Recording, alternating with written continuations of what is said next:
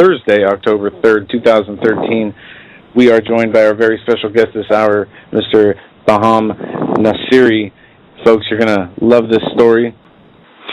Mr. Hagman, thank you for inviting me. Before we begin, I would like to thank your listeners for spending an hour of their precious time to listen to this interview. I'm an Iranian exile turned into an Iranian-American filmmaker. I produced a feature film called The Golden Veil, in which I have shown how the Illuminati operate and how they installed the brutal regime of the Islamic Republic of Iran in 1979 as the first step of the final plan for the New World Order. My reason for being on your show tonight is to make Americans realize to save planet Earth and prevent World War III, the Islamic Republic of Iran has to be exterminated. Following this interview, I will probably be the most unpopular person amongst Iranians, but I do not care because my fight is against a bunch of Palestinian sympathizers who invaded my country 34 years ago. Despite all peaceful talks, the Islamic Republic of Iran is trying to buy time until they reach capability of manufacturing not only one, but hundreds of nuclear warheads, with one aim in their minds: to attack Israel. We have to understand the dangerous psychology of the Shiite sect of Islam. These people are looking forward to Armageddon. They have been brainwashed that the more they suffer in this life, they will have more rewards in heaven. They all want to become martyrs. They believe that in Armageddon, their Imam Mahdi, their 12th Imam, that is called Mahdi, will come and take them all to heaven. Now, let us talk about the plans for the New World Order. Folks, please pay very close attention to what is about to be said here, because this lays the foundation, and this will give you a greater understanding of that panorama that we've been talking about. Sir, go ahead. To begin, I'd like to read a letter that was written by Albert Pike to an Italian revolutionary by the name of Mazzini, dated August 15, 1871, in which he outlined his vision of 3 world wars, which would ultimately bring about a one-world government. Albert Pike was the Grand Commander of the Scottish Rite of Freemasonry in the 19th century.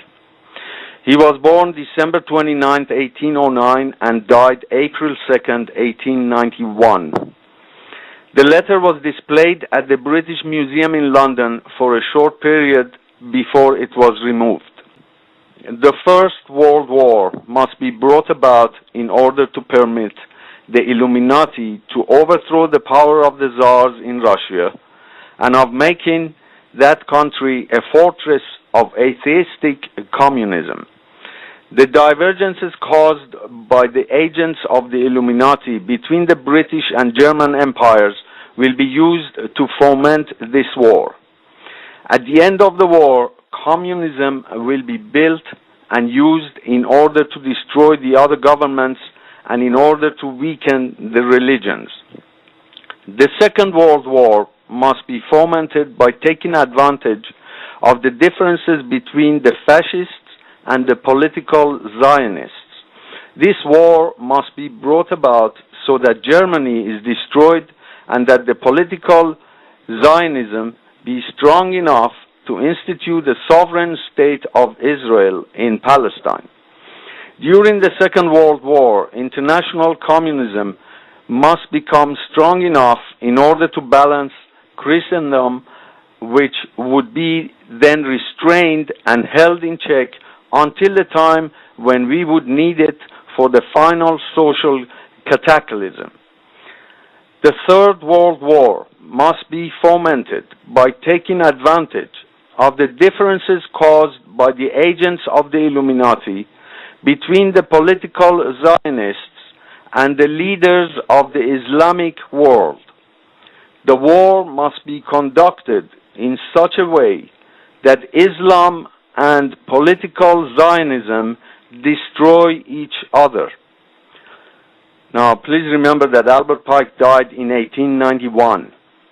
His predictions on World War I and World War II came true exactly, and remains to be seen if his predictions on World War III will also be as accurate. Mr. Hagman, I do not believe that Albert Pike had the power of prophecy to predict things so accurately. Therefore, I strongly believe that Albert Pike's writings were based on his knowledge of a master plan that was drawn long before World War I. Yes. Okay, now, I became a Freemason in Iran in 1974 at the age of 21. Following the Iranian Revolution of 1979, I settled in Oxford, England. During this time, I joined the Oxford Masonic Lodge at 333 Banbury Road, Oxford. In 1991, after divorce, I came to the United States, and a few years later, I joined the Masonic Lodge number 693 in Palm Springs, California, where President Gerald Ford was a member. In 2005, at the age of 52, I received my 32nd degree of the Scottish Rite of Freemasonry. Having climbed up to the 32nd step of King Solomon's Temple, I knew that the 33rd step would lead me to the lodge above, where I would be illuminated. However, I realized that no Freemason of the 33rd degree had ever entered the lodge above, which some scholars have called it the Illuminati. And in fact, every Mason I spoke to believed that it never existed. Until I met an illuminated brother who was one of my father's best friends, and he told us everything. The information that I gathered from this brother for over a decade has been written and placed in a secret location with full documents and a long list of members to be released upon my death, not by any member of my family, but by a lawyer who resides outside of California. This will be published and released as a book called The Golden Mask. This action will guarantee my safety while I am alive, since the book will only be released upon my death. What I learned from this brother is as follows. Some who reach the 32nd degree, or even the honorary degree of the 33rd, realize that they know nothing but some ancient stories, philosophical thoughts, mathematics, and geometry. Brethren are made to believe that the highest degree is the 33rd, and there is nothing beyond that, but there is. There is a lodge above the lodge of the double-headed eagle, and it's called Lodge of the Eagles. Call them Illuminati, Bilderberg, or what you may, but their true name is the Eagles. The most secret brotherhood with less than 1,000 members who are the most powerful bankers, arms manufacturers, and oil barons. And these are the men who rule upon us. Now, imagine a pyramid. 7 billion people on Earth lie at the bottom of the pyramid. They are considered not to be important. Good Masons occupy the main part of the pyramid. And a small top section, which carries the all-seeing eye, is occupied by the eagles. But there is a section between the Masons and the Eagles, which is occupied by two other secret societies, the Skull and Bones and the Rosh Hashanah. I'd like to talk about the Rosh Hashanah and the Skull and Bones, the Rosh Hashanah and the Skull and Bones connection before revealing what I know about the Eagles. First, let me spell the word Rosh Hashanah. That's R-O-S-H-A-N-I-Y-A,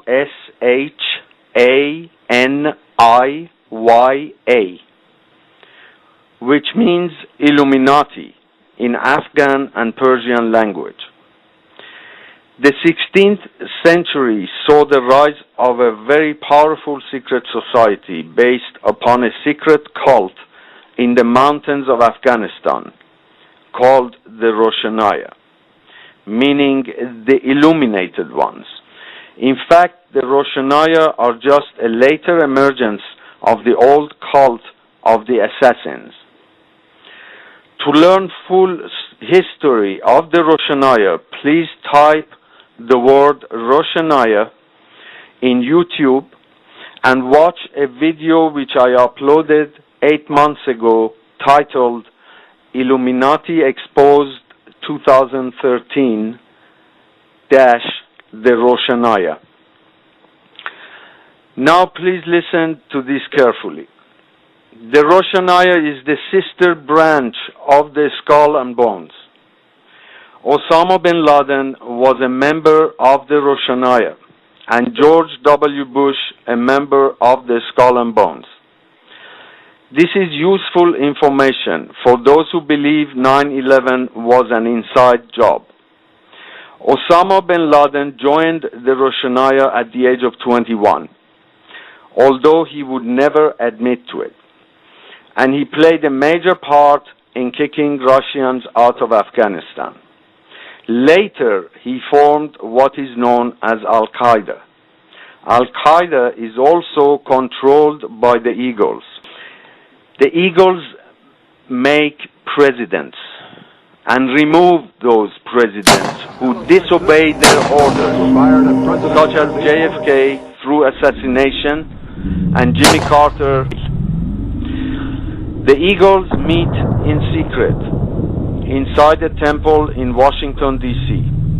They have rituals very similar to Freemasons, as shown in my unpublished book called The Golden Mask.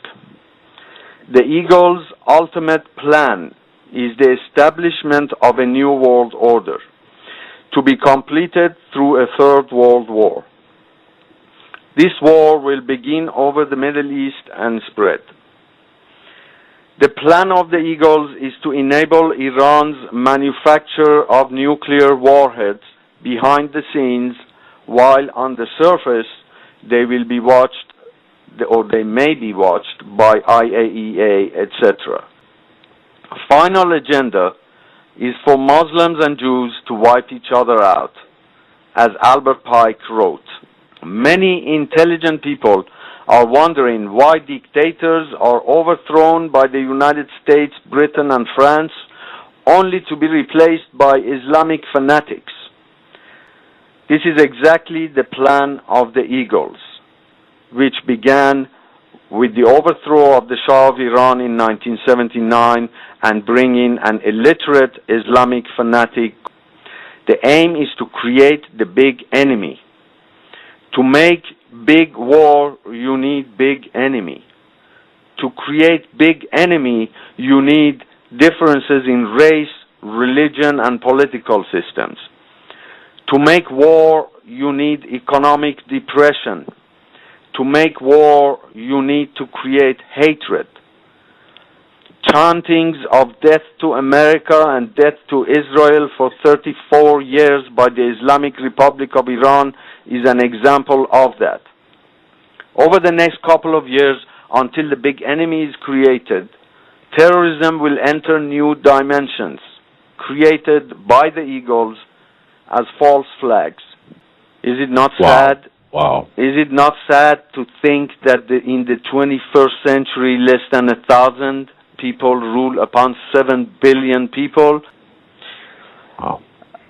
The Islamic Republic of Iran was created in 1979 by the Eagles as the first step of the final chapter towards the establishment of the New World Order.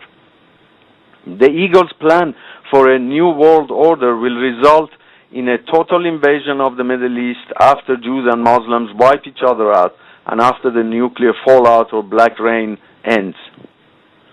If, according to Albert Pike's writings, Muslims and Jews have to wipe each other out, Iran must be allowed to manufacture its nuclear heads, not one, but 200 of them. Let me say that the only reason Israel has remained safe is because of this nuclear imbalance. If Iran develops atomic weapons, I can assure you that Israel will be threatened in no time, and World War III will break out. And that is the wish of the Eagles. If the world populace listen to this broadcast, perhaps they may realize there are a few hundred families who rule upon 7 billion people, and if we cannot rise up against them and destroy their weapons of mass destruction, if we cannot have the courage to destroy the demons and stop the massacre of our children, then our existence is worthless. And the plan is to enable Iran to, behind the scenes, to get to that stage of being capable of suddenly come out with the manufacture of hundreds of nuclear warheads. Well,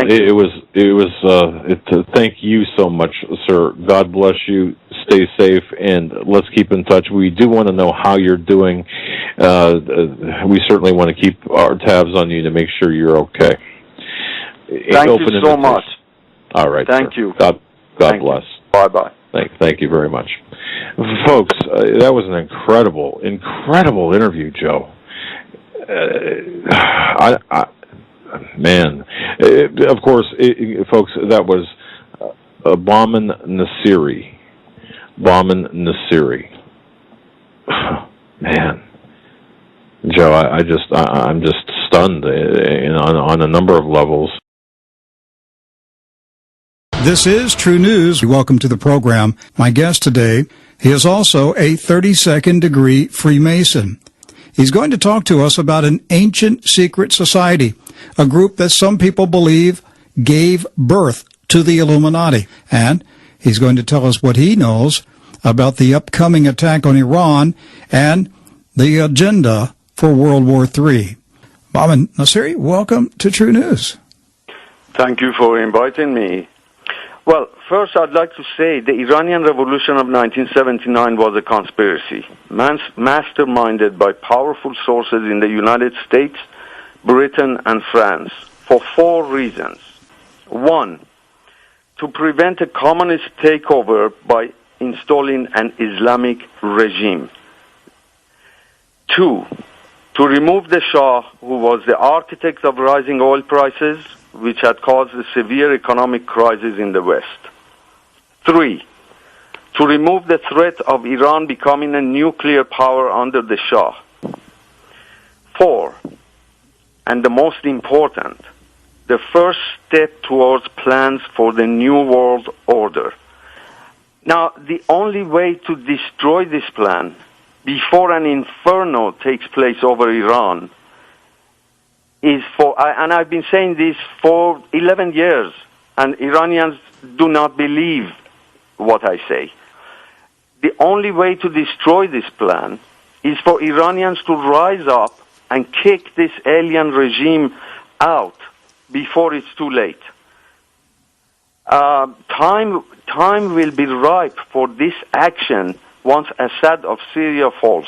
According to what you're describing to us, the regime in Tehran is merely a puppet of this dark conspiracy that is manipulating the Middle East. So if they rise up and kick them out, does that really stop this plan from going forward? Well, it will remove the foundation of the plan, which started with the Islamic Republic of Iran. If you don't have the enemy, you cannot stage war. So they need a boogeyman. Exactly. You're listening to True News. Bahman, welcome back to True News. Thank you for having me on your show for the second time, Mr. Wiles. Yes, sir. Yes, sir. In your last interview with me, I released details of what I knew.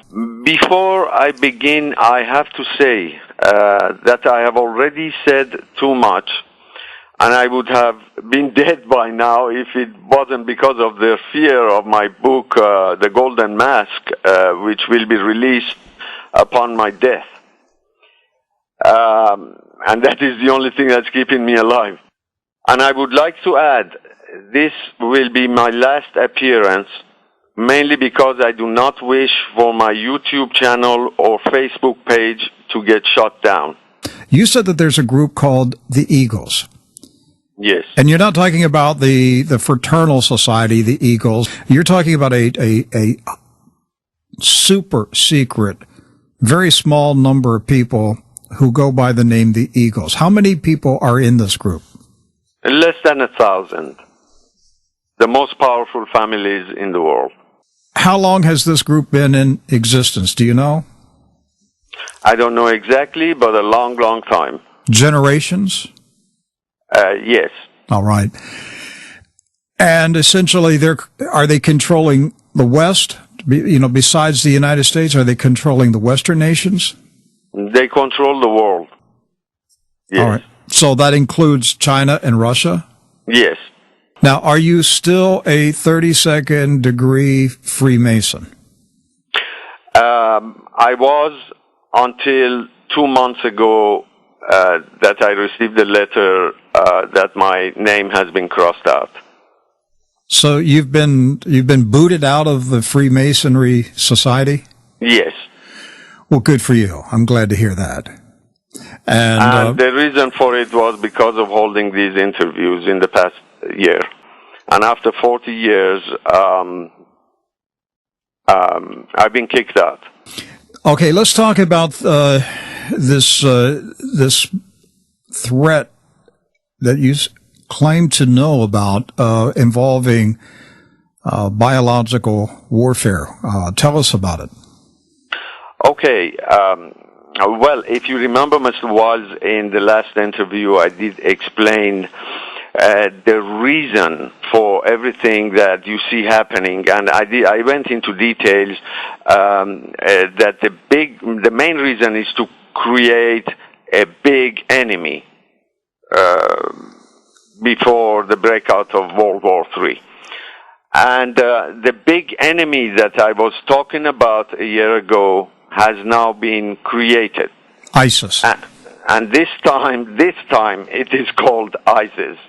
You know, if the beheading of James Foley and Stephen Sotloff were not enough to terrorize Americans, a massive chemical or biological terrorist act may take place on American soil in the near future. The puppet masters, Mr. Wiles, are in full control of the show. Everything you see happening today is according to the big plan. If enough people know what is going on, it may serve to make a difference and destroy the demon's plan. And I ask all your listeners to forward the link to all their friends and family and make it go viral. What can you tell us about this plot to use biological warfare on us? The reason would be to terrorize America and go to war, basically. That's it. All right. And did your source tell you that it would be bubonic plague? All my source said was that the next attack will be biological or chemical. Any hint on how soon the attack would come? Well, no exact time was mentioned, but the source says that it will be soon. So you're saying, if I'm reading you right, you're saying that the shadow government is who is planning this bubonic plague attack. Well, exactly. And what is the purpose of it? Simply to drive us into war? Into another war, yes. Yes, the big plan. The big plan is this is all prelude to World War III, Mr. Wiles. Mm-hmm. If you allow me, how long have we got? I can stretch it 4 minutes. Go ahead. Okay. All these groups, from AlQaeda to ISIS and others, are offshoots of the same secret brotherhood I mentioned in my interview, and controlled by the higher power, as I explained. Islam today is not the peaceful Islam that it was supposed to be as an extension of Christianity. Islam has been penetrated by non-Muslims who plan to destroy that religion. Their plan also aims to force different Muslim factions to fight amongst each other. ISIS has been created by the demons to destroy Islam. This is not what Islam is all about. You see, there are two scenarios now.